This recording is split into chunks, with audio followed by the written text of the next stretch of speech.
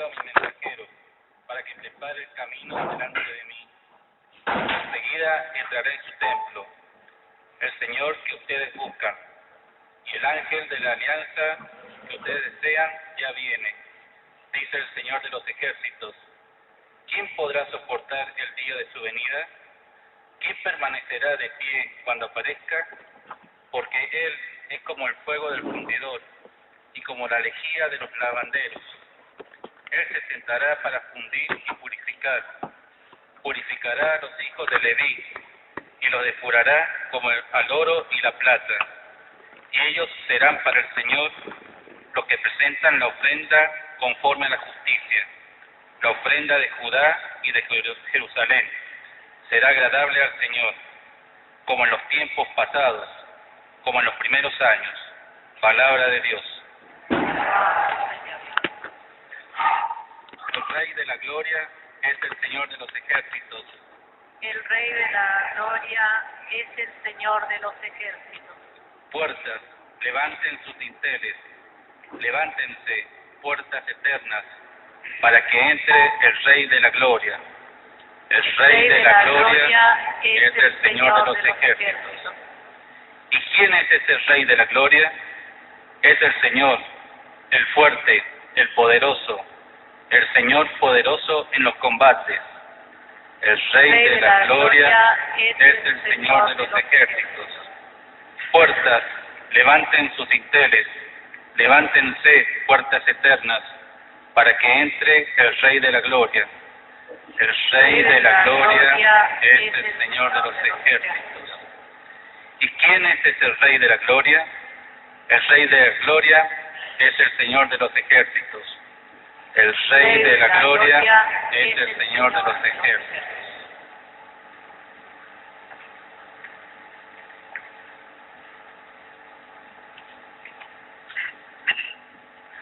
Lectura de la carta a los Hebreos. Hermanos, ya que los hijos tienen una misma sangre y una misma carne, Jesús también debía participar de esa condición para reducir la impotencia mediante su muerte a aquel que tenía el dominio de la muerte, es decir, al diablo, y liberar de este modo a todos los que vivían completamente esclavizados por el temor de la muerte. Porque Él no vino para socorrer a los ángeles, sino a los descendientes de Abraham. En consecuencia, debió hacerse semejante a todos sus hermanos, para llegar a ser sumo sacerdote misericordioso y fiel en el servicio de Dios, a fin de expiar los pecados del pueblo. Y por haber experimentado personalmente la prueba y el sufrimiento, Él puede ayudar a aquellos que están sometidos a la prueba. Palabra de Dios. Escuchamos la proclamación del Santo Evangelio. Aleluya, aleluya, aleluya.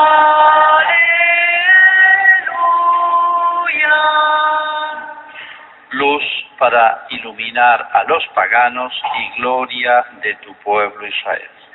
Aleluya, aleluya, aleluya.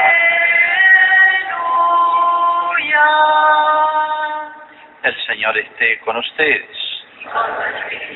Evangelio de nuestro Señor Jesucristo según San Lucas. Cuando llegó el día fijado por la ley de Moisés para la purificación de ellos, llevaron al niño a Jerusalén para presentarlo al Señor, como está escrito en la ley. Todo varón primogénito será consagrado al Señor. También debían ofrecer en sacrificio un par de tórtolas o de pichones de paloma, como ordena la ley del Señor.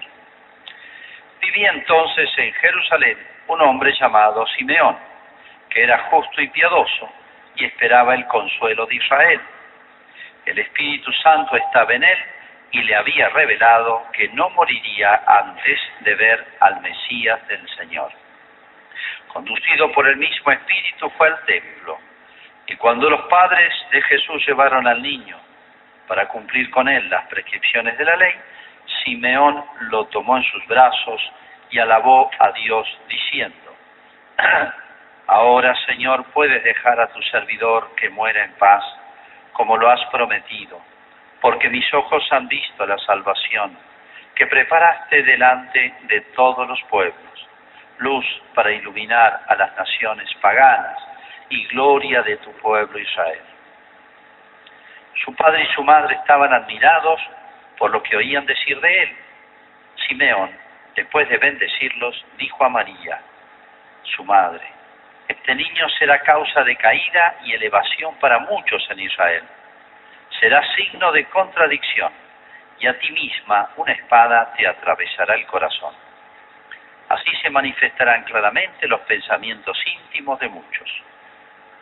Había también allí una profetisa llamada Ana, hija de Fanuel, de la familia de Aser, mujer ya entrada en años, que casada en su juventud había vivido 7 años con su marido.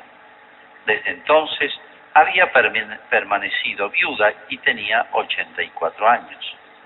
No se apartaba del templo, sirviendo a Dios noche y día, con ayunos y oraciones.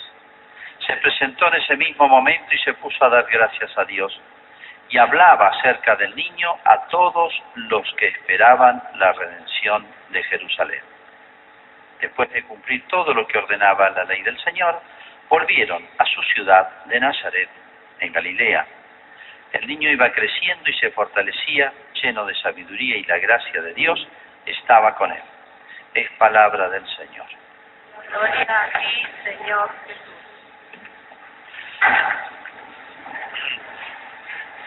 En este domingo se recuerda, en realidad es el día 2 de febrero, muy conocido, el día de la presentación del Señor, 40 días después de Navidad, también conocido como fiesta de la Candelaria. En muchos lugares se recuerda a la Virgen de la Candelaria, es otro de los títulos de la Virgen o advocaciones. Recuerden ustedes, la Virgen María, la única, la Madre de Jesús, tiene muchos nombres o muchas maneras de llamarla, de denominarla, según las distintas gracias que ha tenido, la Madre de Dios, la Inmaculada, etcétera, según los lugares, decimos la Virgen de Lourdes o Fátima, o según ciertas circunstancias de su vida. Nuestra Señora de los Dolores la recordamos al pie de la cruz, y hoy la Candelaria. Candelas significa velas, es lo mismo.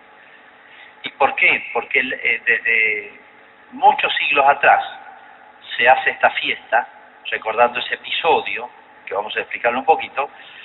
Desde muchos siglos atrás, hace más de 1000 años que se hace esta fiesta, y siempre se hace llevando una vela. Por eso se recuerda a la Virgen de la Candelaria.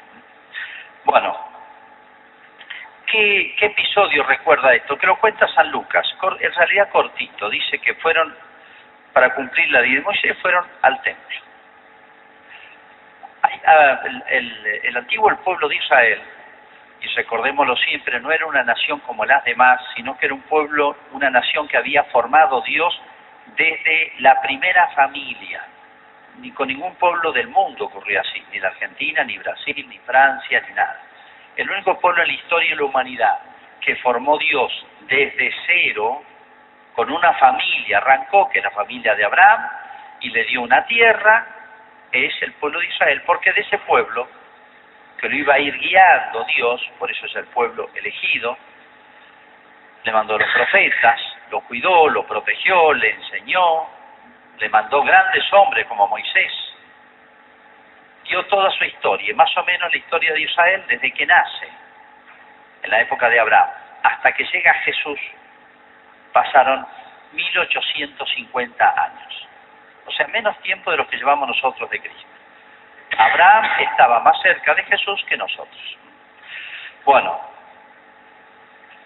ese pueblo tuvo indicado por Dios, muchas costumbres, leyes, instituciones, ritos religiosos, etcétera, que muchos los conocen ustedes, del Cordero Pascual, por ejemplo.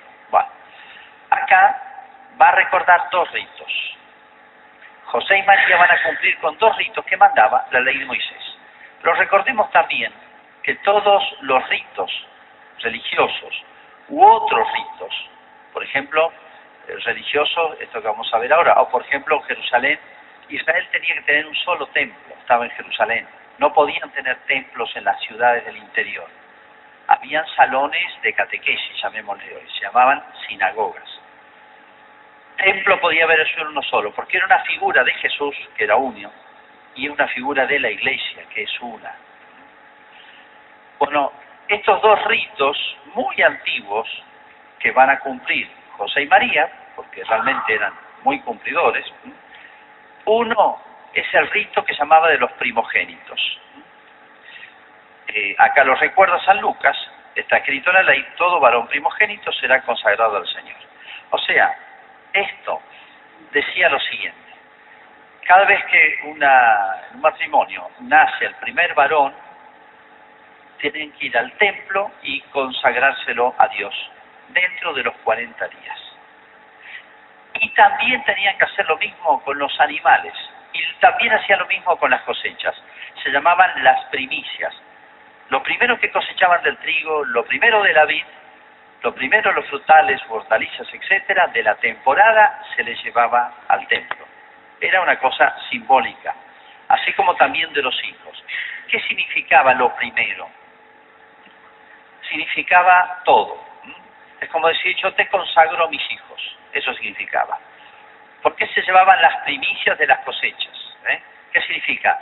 Yo te agradezco de esta manera, te agradezco la lluvia, la tierra, el pan que nos das, y te pido para las próximas cosechas. Más o menos significaba eso. Estos ritos pasaron a la tradición cristiana, de distintas maneras, algunos se han mantenido. Bueno, pero ese era el significado, de consagración a Dios. Y el otro rito, yo decía aquí, cumplieron 2 ritos. Las mujeres, después que tenían un niño, le daban cierto tiempo y también se presentaban al templo. La presentación, se presentaba la Virgen María como madre en el templo. Los 2 ritos fueron a cumplir.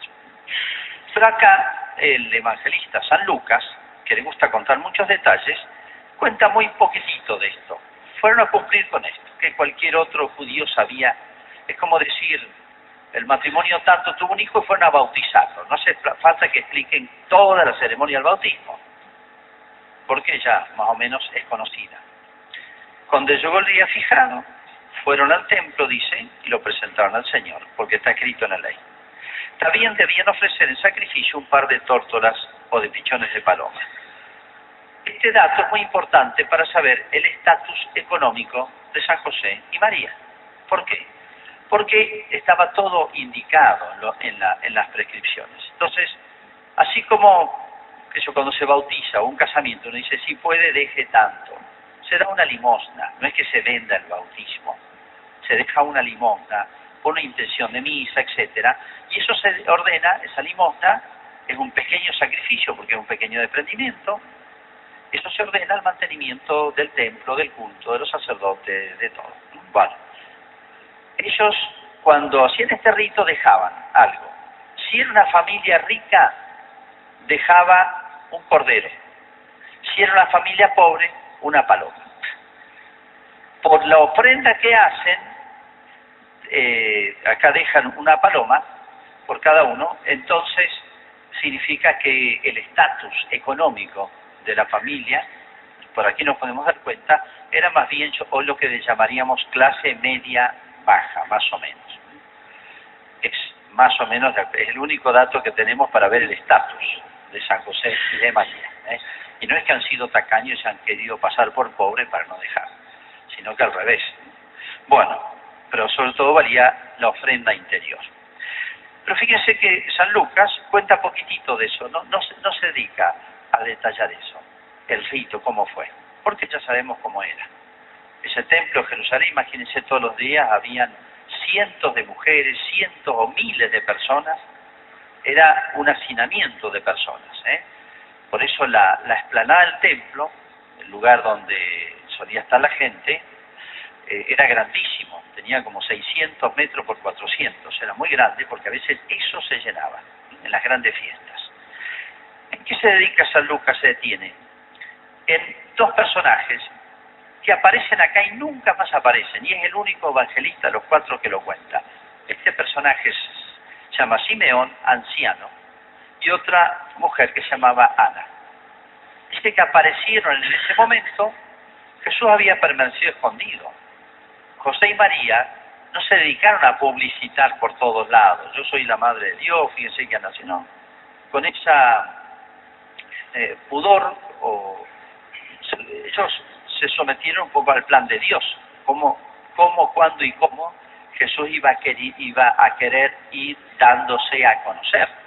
¿Se acuerdan que llevó vida oculta hasta los 30 años? A propósito, y recién a los 30 años se manifestó. Entonces, San José y la Virgen, como todos, cumplieron. Pero sin embargo ocurrieron, así como fue una sorpresa a los ángeles, que se le aparecieron los pastores y llegaron, así como fue una sorpresa a los magos, que vinieron de lejos, estos reyes, y llegaron hasta ahí. No, era Dios, no es José y María que empezaron a hacer publicidad. Tanto Simeón, que aparece aquí, imagínense a José y María confundidos entre cientos o miles de personas. Sin embargo, estos dos, Simeón y Ana, ancianos los dos, la descripción que hace de ellos es hermosa. Justo y piadoso, esperaba el consuelo de Israel. Esas dos palabritas significan, justo significa santo, y hombre de oración, hombre de Dios, y esperaba el consuelo, o sea, el consuelo de Israel era una manera de decir, esperaba la venida de Jesús. O sea, esas tres palabritas con que describe a Simeón es extraordinaria. Pues dice, el Espíritu Santo estaba con él y le había revelado que no moriría sin ver a Jesús. Bueno, y la otra mujer, Ana, mujer entrada en años, viuda, etcétera, dice, no se apartaba del templo, sirviendo a Dios con ayunos y oraciones. Se presentó y dice, hablaba a todos, hablaba acerca del niño a todos los que esperaban la redención de Israel. Y era mujer que hablaba a todo el mundo. En cambio Simeón más calladito. Bueno, Simeón lo único que hace es pedírselo a la Virgen. Mire lo que le pide, como cuando nace un niñito, eso nace, préstamelo. No dice la abuela eso, la tía, los primos, los sobrinos, qué sé yo. Préstamelo un ratito. Y a veces la mamá lo mezquina, pues todos se lo piden. Bueno, acá se lo pidió la Virgen, el anciano Simeón. No solamente quería verlo y lo vio, sino que además tocarlo, tenerlo en sus manos. Imaginemos este episodio. Y vamos a hacer una mirada, una triple mirada. Una a Jesús. Y uno dice, Jesús, María y José, como hacían todas las madres, lo presentó y se lo consagró, como diciéndole a Dios, este niño te pertenece más a vos que a nosotros. Eso significa ofrecerlo, consagrarlo. Eso significa.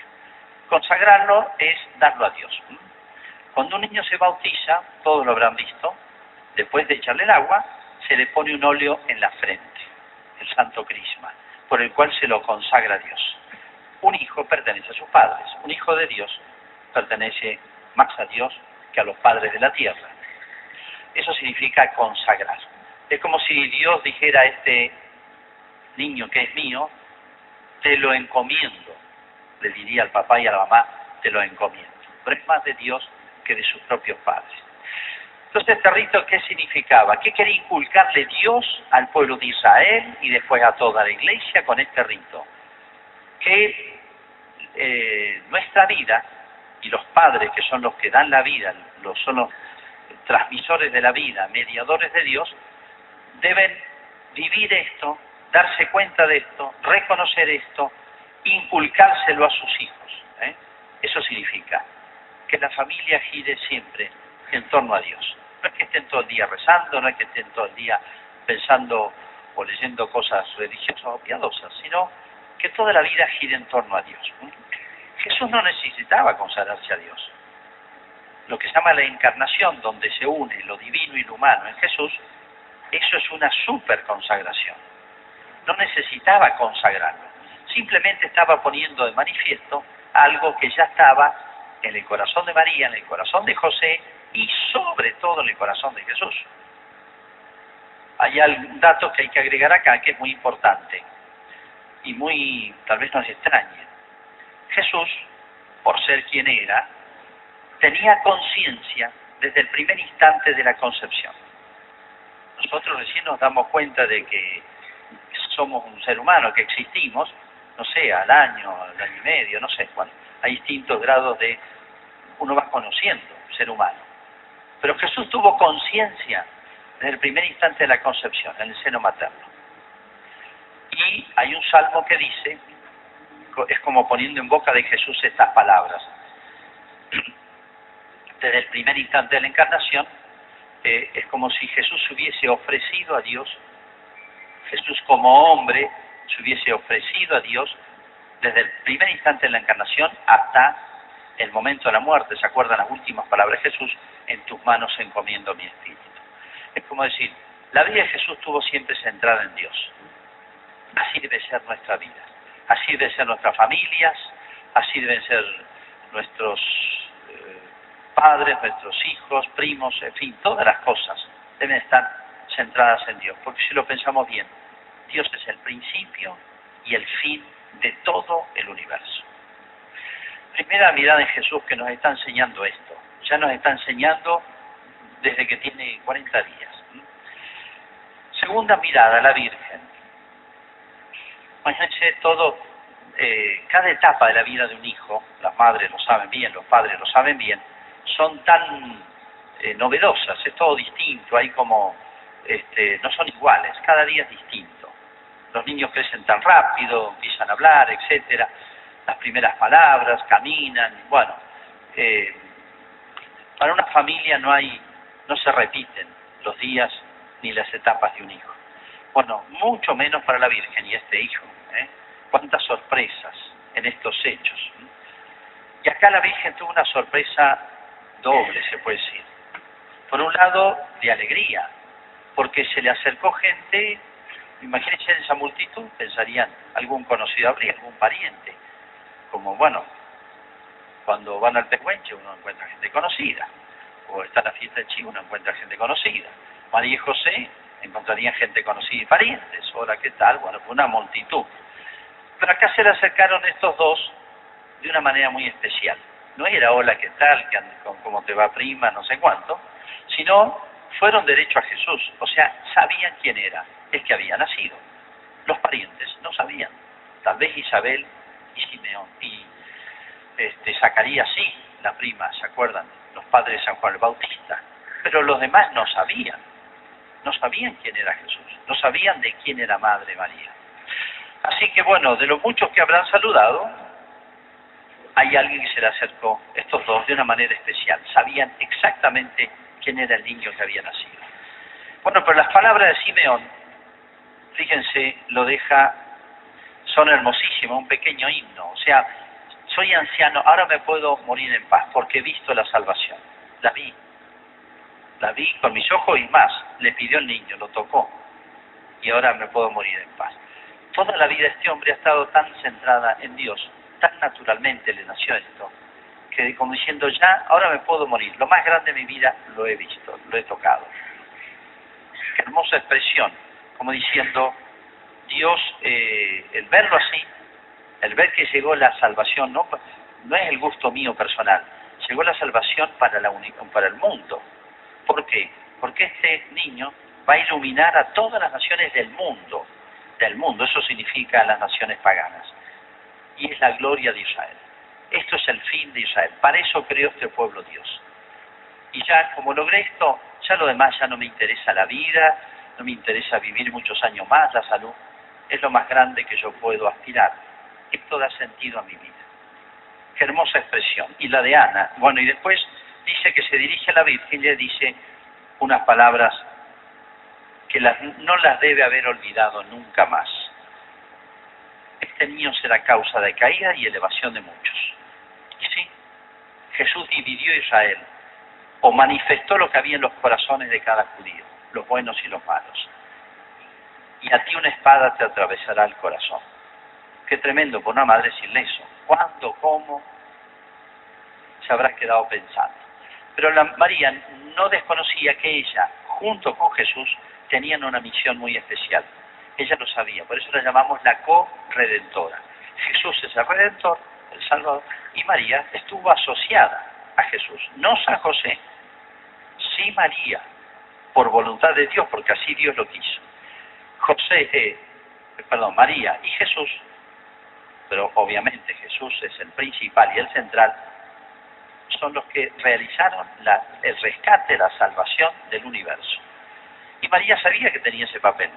Y ese papel, ella lo habrá leído en los profetas, habrá leído, imagínense cuántas cosas habrá profundizado, meditado, desde que fue madre de Jesús. Tuvo esos 9 meses y ahora, después de nacido, sabía que Jesús iba a tener que sufrir. Y bueno, esto no era del todo sorpresa. Si ella estaba asociada a Jesús, iba a tener que sufrir también, como co-redentora. Pero qué distinto es sufrir con otro, a sufrir solo. Qué terrible es la soledad para el sufrimiento. En cambio, cuando uno comparte con otro el dolor, ¿cómo se alivia? ¿Cómo los habrá unido a Jesús y a María este dolor y esta preocupación por la salvación del mundo? Por eso, hay dolores que se llevan sin sentido, casi diría con desesperación. Y hay dolores que se llevan con mucho sentido, que vale la pena. Ojalá que todo dolor, toda cruz que llevemos, la llevemos con sentido. En el sentido vale, sirve, fructifica, no se pierde nada. Esa es una de las cosas extraordinarias que tiene el cristianismo, ¿no? La cosa más tremenda para el ser humano, que es el dolor, vale mucho, sirve mucho, purifica, repara, paga, eleva, hace crecer el alma. Tercera mirada, estos dos, Simeón y Ana. No eran tipos importantes, nunca más aparecen, no eran personajes importantes por los cargos que tuvieran, nada de nada, pero eran realmente personas extraordinarias. Las dos descripciones que hace de ellos en 2 palabritas son hermosas. O sea, hay personas que son grandes a los ojos de Dios, notables a los ojos de Dios, aunque a los ojos del mundo no tengan cargos. Sus nombres no van a estar en las calles, ni en las escuelas, ni en monumentos, ni nada, pero son grandes para Dios. Procuremos ser siempre grandes para Dios. Y fíjense, Dios tuvo esta delicadeza con ellos. El promedio de vida en esa época era 40 años. Los dos eran ancianos. Es una cosa muy rara vivir tanto. La expectativa de vida era bajísima. Como diciendo, Dios le hizo esta delicadeza de darles vida, una larga vida, para poder ver a Jesús. Como una especie de premio. Dios siempre nos regala algo. Por más que el premio grande es el cielo, Dios siempre nos regala muchas cosas aquí en la tierra. Vamos a hacer ahora nuestra profesión de fe. Creo en un solo Dios, Padre todo.